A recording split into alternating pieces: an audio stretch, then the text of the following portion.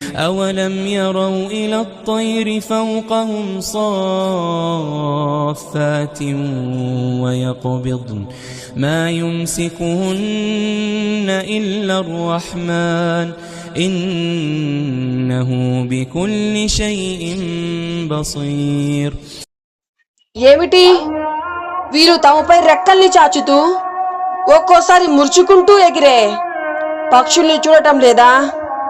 కరుణామయుడు అయినా అల్లాహ్ తప్ప వాటిని ఆ స్థితిలో ఎవ్వరూ నిలిపి ఉంచటం లేదు. నిశ్చయంగా ప్రతి వస్తువు ఆయన దృష్టిలో ఉంది. ఈ ఆయతు ద్వారా అల్లాహ్ సుబ్హానహు తఆలా హృదయాన్ని మేల్కొల్పే సందేశాన్ని ఇస్తున్నారు.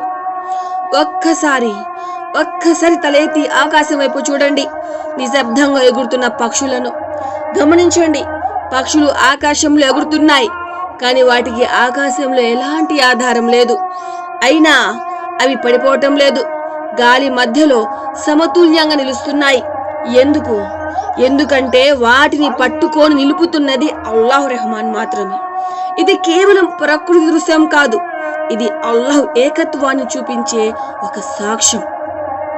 పక్షులు కూడా అల్లాహ్ కరుణ మీదే ఆధారపడి ఉన్నాయి. మరి మనమెంత బలహీనులం? మన ఊపిరి, మన జీవితం, మన రక్షణ అన్నీ అల్లాహ్ చేతిలోనే ఉన్నాయి. ఆలోచించండి. పక్షులు రేపటి గురించి ఆందోళన పడవు. అవి అల్లాహ్పై పూర్తి భరోసాతో ఎగురుతాయి. మరి మనం ఎందుకు అంతగా భయపడుతున్నాం? ఎందుకు మన హృదయం అల్లాహ్పై పూర్తిగా నమ్మకం ఉంచటం లేదు? ఈ ఆయత్ మనకు 2 విషయాలు నేర్పుతుంది.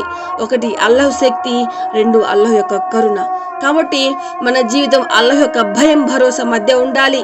యా అల్లాహ్, ఆకాశంలో పక్షులను ఎలా నిలుపుతున్నావో అలాగే మమ్మల్ని నీ కరుణతో నిలుపు.